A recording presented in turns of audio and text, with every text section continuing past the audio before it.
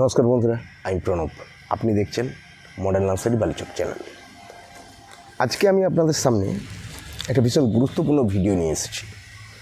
ভিডিওটা হচ্ছে গরমের সময় গোলাপের কিছু পরিচর্যা। আপনাদের প্রত্যেকের বাড়িতেই গোলাপ আছে কম বেশি। একটু খেয়াল করে দেখবেন গাছের অবস্থা কেমন আছে। আমি আপনাদের সামনে কতগুলো গোলাপ গাছ বেছে এনেছি, যেটা আপনাদের দেখানো আর বোঝানোর জন্য। দেখুন, শীতের ওয়েদার শেষ, গরম পড়ছে, মাঝে মাঝে আবার ঠান্ডার দাপট, মাঝে মাঝে বৃষ্টি, অর্থাৎ ওয়েদার।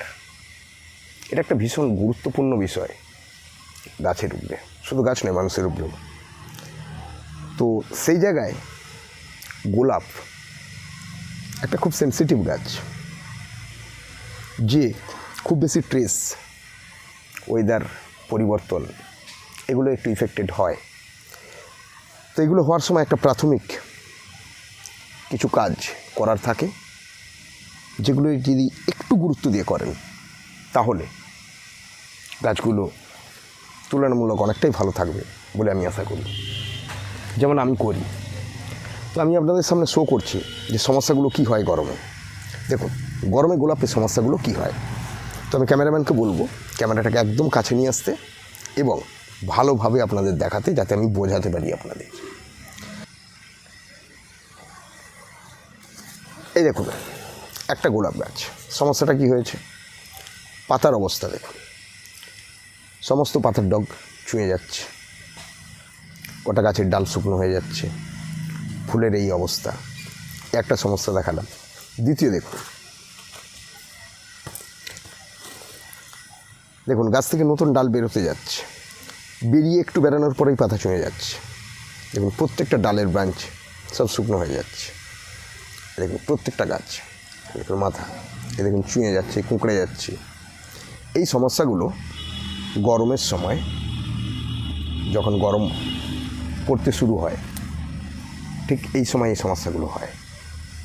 আর যখন এই সমস্যাগুলো হয় তখন আমি কি করি, সেটাই আমি আপনাদের সামনে আজকে শেয়ার করছি। তো এই ধরনের সমস্যা হলে আমি প্রথমেই এই অংশগুলোকে কেটে বাদ দিয়ে দিলাম। এইভাবে বাদ দিয়ে দেব, এইভাবে বাদ দিয়ে দেব।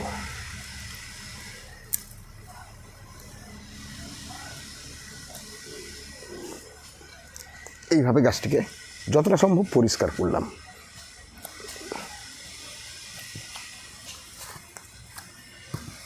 এই দেখুন আরেকটি সমস্যা,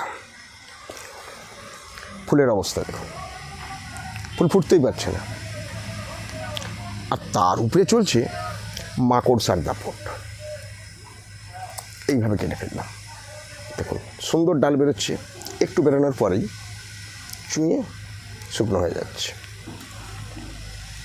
তো এই ধরনের সমস্যাগুলোর সময় আমি কিভাবে গোলাপ গাছের যত্নটা নেই, আমি সেটা আপনাদের সামনে দেখাচ্ছি।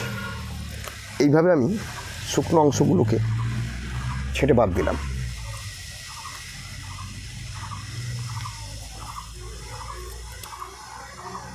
খুব ভালো করে লক্ষ্য করুন, তাহলে বুঝতে পারবেন আমি কি বলতে চাইছি, আমি কি করি। ঠিক এইভাবে ছেঁটে ফেলে দিলাম।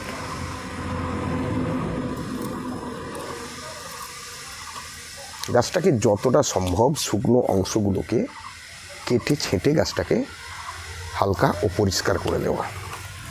দেখুন, ডাল বেরোচ্ছে, নতুন সুন্দর ডাল বেরিয়েছে, মোটা ডাল।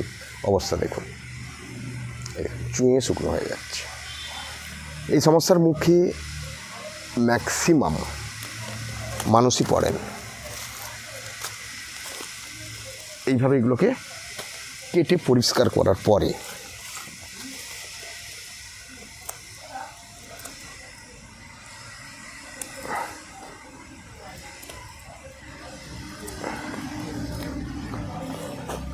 এটি আমি প্রথম কাজ করলাম। এই কাজটা করার পর এরপর আমি দ্বিতীয় একটি কাজ করব। তারপরে তৃতীয় আর চতুর্থ কি করব সেটা আমি মুখে আলোচনা করে বলে দেবো। কারণ একসঙ্গে যখন আমি ভিডিও দেখাবো তখন পরপর কাজ আমি এর উপরে করতে পারবো না। আমি কি করব সেটা আমি জানিয়ে দেব যে আমি এগুলো কী করি, কীভাবে করি। এই যে পরিস্থিতি, একে আমি কন্ট্রোল করি দুটো মেডিসিন ব্যবহার করে।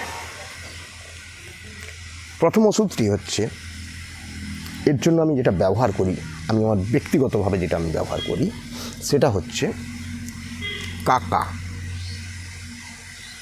মেডিসিনটির নাম হচ্ছে কাকা।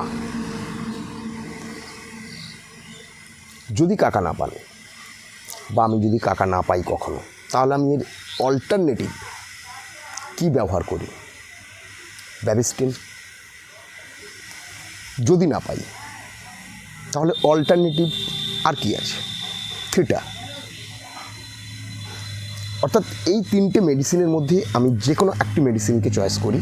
তার মধ্যে আমি আজকে চয়েস করেছি কাকা। কাকা এই মেডিসিনটি আমি 1 লিটার জলে 1.5 ml, এর ডোজটা আমি যেটি ব্যবহার করি 1 লিটার জলে 1.5 ml, মাত্র 1.5 ml 1 লিটার জলে।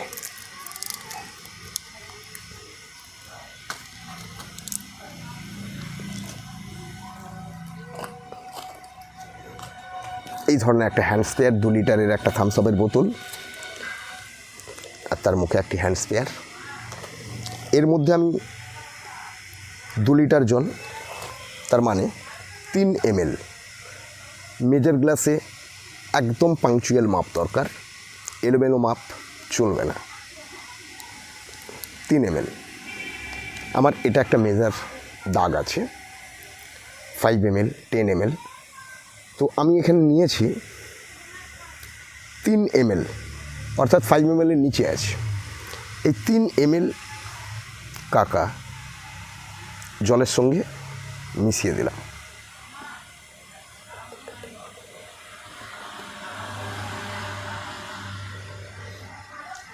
অবশ্যই খুব সাবধানের সঙ্গে ব্যবহার করবেন এবং এই ধরনের ওষুধ ব্যবহারের সময় বাচ্চা, মানসিক রোগী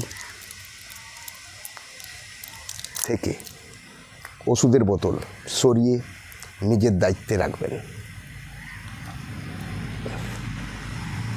এরপর হ্যান্ড স্প্রেয়ারের মুখ লাগাবো।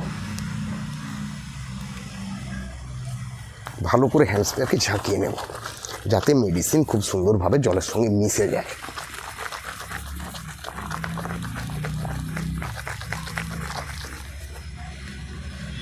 এরপর হ্যান্ড স্প্রেয়ার পাম্প দিলাম আর এটি গোটা গাছে সুন্দর করে স্প্রে করে দেব।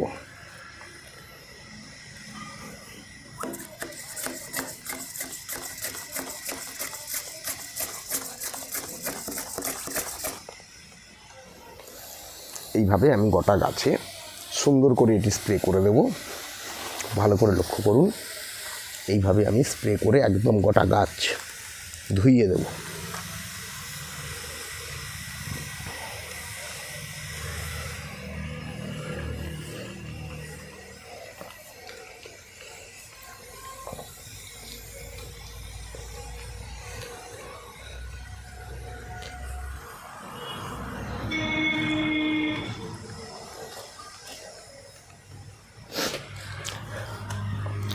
এই কাজটি করার পর এই গাছগুলোকে পুনরায় একদম সম্পূর্ণ রোদের জায়গায় নিয়ে যেয়ে রাখবো। ঠিক 7 দিন পর আমি দেখব গাছের থেকে যে নতুন ডাল বেরোচ্ছে, এইভাবে যে ডাল বেরোচ্ছে তার পাতা আর এইভাবে চুঁয়ে যাচ্ছে কি না। যদি দেখা যায় এখান থেকেও যা বেরোচ্ছে তারপরেও আবার চুঁয়ে যাচ্ছে, তাহলে 7 দিন পরেও আমি আবারও একবার একই মাত্রায় কাকা আবার গাছকে স্প্রে করব। তার 7 দিন পর আমি এই গাছে স্প্রে করব যে কোনো একটি ফাঙ্গিসাইড ওষুধ। পরিমাণ কত? পরিমাণ ফাঙ্গিসাইডের জন্য 2.5 গ্রাম পার লিটার জলে গুলে ভালো করে গাছকে স্প্রে করে ধুইয়ে দেব। তার 7 দিন পর গাছের গোড়ায় খাবার দিতে হবে। কি খাবার দেব? পচানো খাবার? কখনোই না, কারণ তাপমাত্রা বাড়ছে। আমি খাবার দেব স্প্রে ফুড, ব্যালেন্স ফুড। সেটি কি? সেটি দেব 20-20-20 NPK 20-20-20। কতটা পরিমাণ দেব? 2 গ্রাম পার লিটার জলে, 2 গ্রাম পার লিটার জলে ফেলে আমি স্প্রে করে দেব। এরপর গাছের এই যে সমস্যা, আশা করি আমার আর থাকবে না। গাছ পরিষ্কার হবে এবং সুন্দর হয়ে আবার ডাল ফুলবে, ফুল আসবে, কুঁড়ি আসবে এবং গাছ তার মৌলিক গঠন ফিরে পাবে। এইভাবে আর চুঁয়ে শুকনো হয়ে গাছ মরার পর থেকে একটা সুন্দর রূপে ফিরে আসবে। আমি এইভাবে করি, তাতে আমার গাছ সুন্দর হয়ে যায়। তো এই সমস্যাটা গরমের সময় হরজাই হয়, আর বিশেষ করে ঠিক শীতের শেষ, গরমের শুরু, যখন আপনি বাগানে যাচ্ছেন দেখবেন গোটা মাকড়সার জালে ভর্তি, আপনার হাতে মুখে মাকড়সার ফাঁদ লাগছে, আর ঠিক সেই সময় গোলাপে এই সমস্যাটা তৈরি হচ্ছে। আর তার প্রতিকারটা আমি এইভাবেই করি এবং এতে আমি যথেষ্ট উপকার পাই এবং সুন্দর ফলাফল পাই।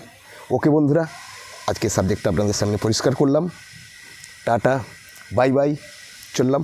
পরবর্তী ভিডিও কী আসছে চোখ রাখুন, খুব আকর্ষণীয় ভিডিও দেখতে ভুলবেন না। যদি ভালো লাগে লাইক, শেয়ার, কমেন্ট অবশ্যই করবেন। আর যদি মনে হয় যে হ্যাঁ এর মধ্যে কোনো তথ্য আছে বা যেটা করলে উপকার হতে পারে, তাহলে চ্যানেলটি অবশ্যই সাবস্ক্রাইব করুন।